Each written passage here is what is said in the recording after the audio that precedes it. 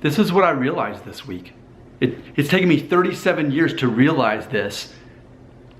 In our culture, it is politically incorrect and judgy of a person to admit that sin exists. Therefore, most people don't really believe in sin, do they?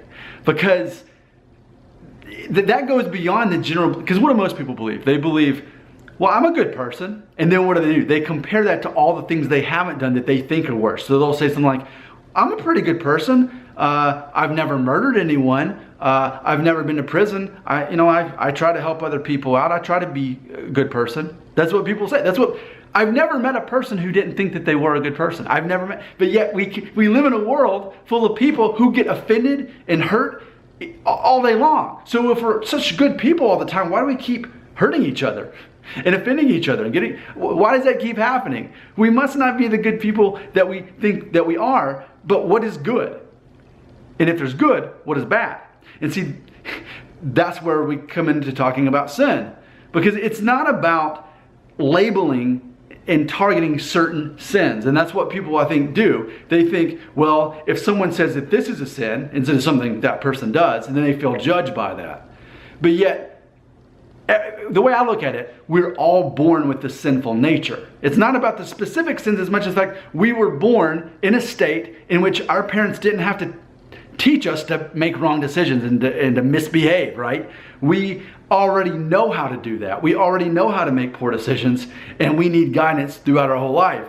But what happens is we start developing what I'm going to call our own sin personalities. I think I just invented that. I don't think that exists on the internet until just now. But what I believe is we're all born with a sinful nature, but as we develop as human beings, whatever stage in life that is, and it can be very early on, some of us gravitate towards these sins over here and some over here and some over, so that for me, I could list a dozen sins that don't apply to me and never will. I have no interest in that. There's no temptation there.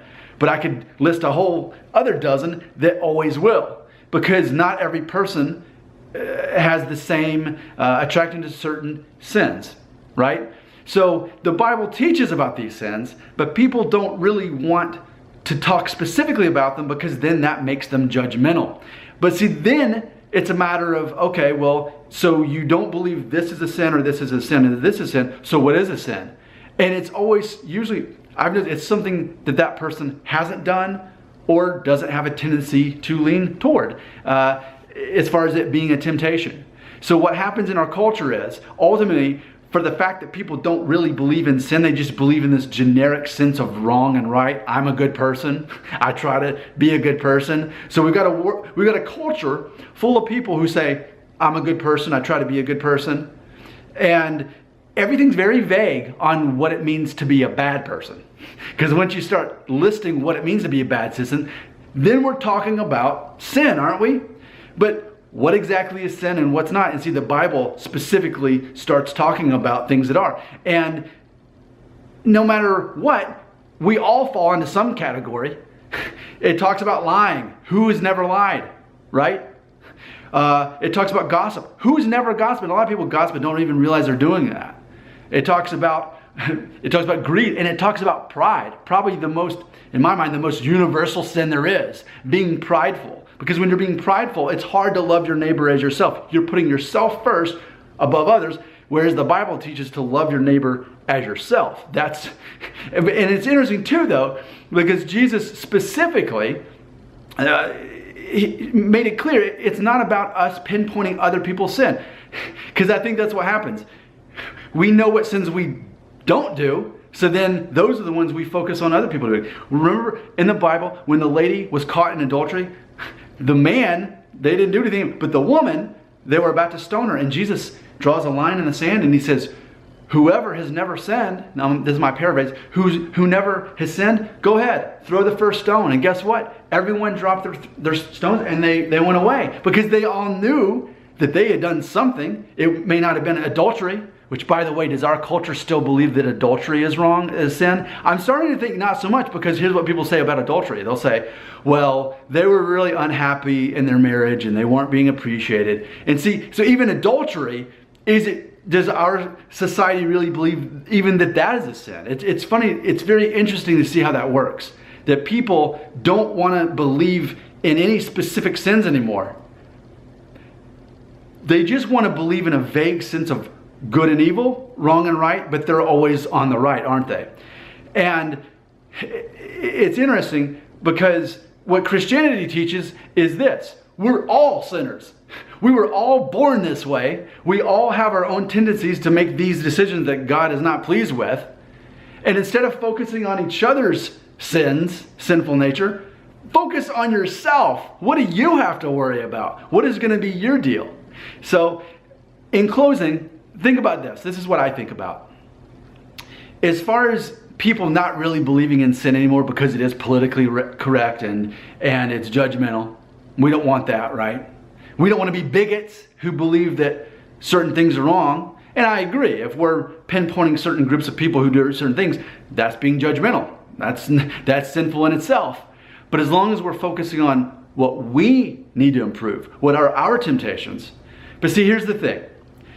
If we don't really believe in sin anymore, do we really believe in God anymore? And I think our ability to believe in sin ultimately is a reflection of what we believe about God.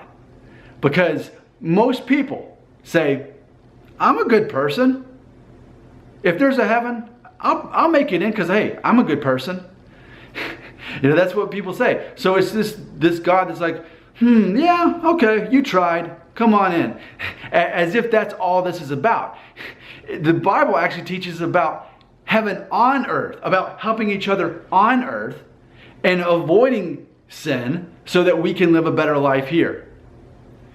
But the thing is, our culture doesn't believe in sin anymore unless it's someone else's sin and they can distance themselves from that.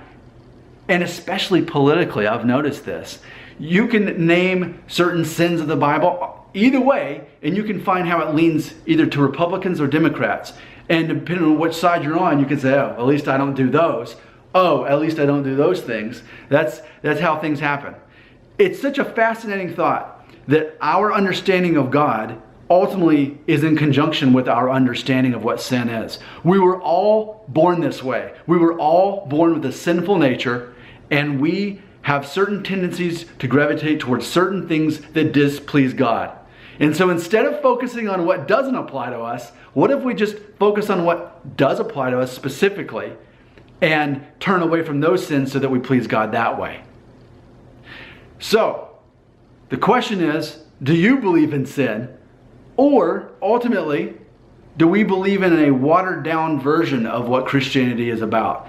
God is sitting on a cloud in heaven. He's looking down. Who's trying to be a good person down there? Oh, okay, you helped the old lady across the street. Okay, good. All right, yeah, I'll let you in. That's good enough for me.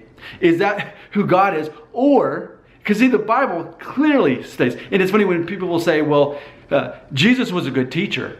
People say, he wasn't the Son of God, but he was a good teacher. Well, Jesus very specifically pointed out that due to our sinful nature, we deserve death. And that the only way we can be saved is believing in Christ. So that makes Jesus a liar if that's not true.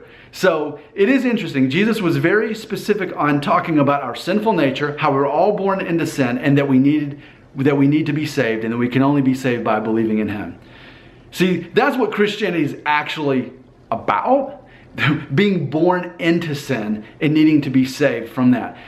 And all of us are in the same boat here. We were all born as sinners, and we all need to be saved. Not, if you think you're a good person and you've never murdered anyone and you've never been to prison, then okay, you're good. Well, but if that's the qualifications, what about the Apostle Paul, who wrote so much about he wrote so much of the New Testament, yet he was responsible for the murder of many Christians, and he had been in prison many times. In fact, he wrote much of the Bible from prison because of his Christian beliefs, which he eventually converted to. So it's just so funny. Do we believe in sin, or do we believe more in other people's sin? Because it makes us feel like we're better people. Because we want to believe that we're good people. Christianity teaches that none of us are good enough. None of us come close. We have to trust in Jesus to be saved. He was the only perfect man. As for the rest of us, we're all born this way. We're all in the same situation. We were all born into sin. But ultimately, even if our society believes that sin is a politically incorrect, judgy thing, ultimately, we the individuals must decide, do I believe in sin? And if I do I believe that I need to be saved from that? Or if I don't believe sin exists, I can keep doing whatever I want as long as I myself believe that I'm a good person. Again, your ability to believe in sin ultimately is a projection of what you believe about God. But what do you believe about what I just said? Comments. Do it.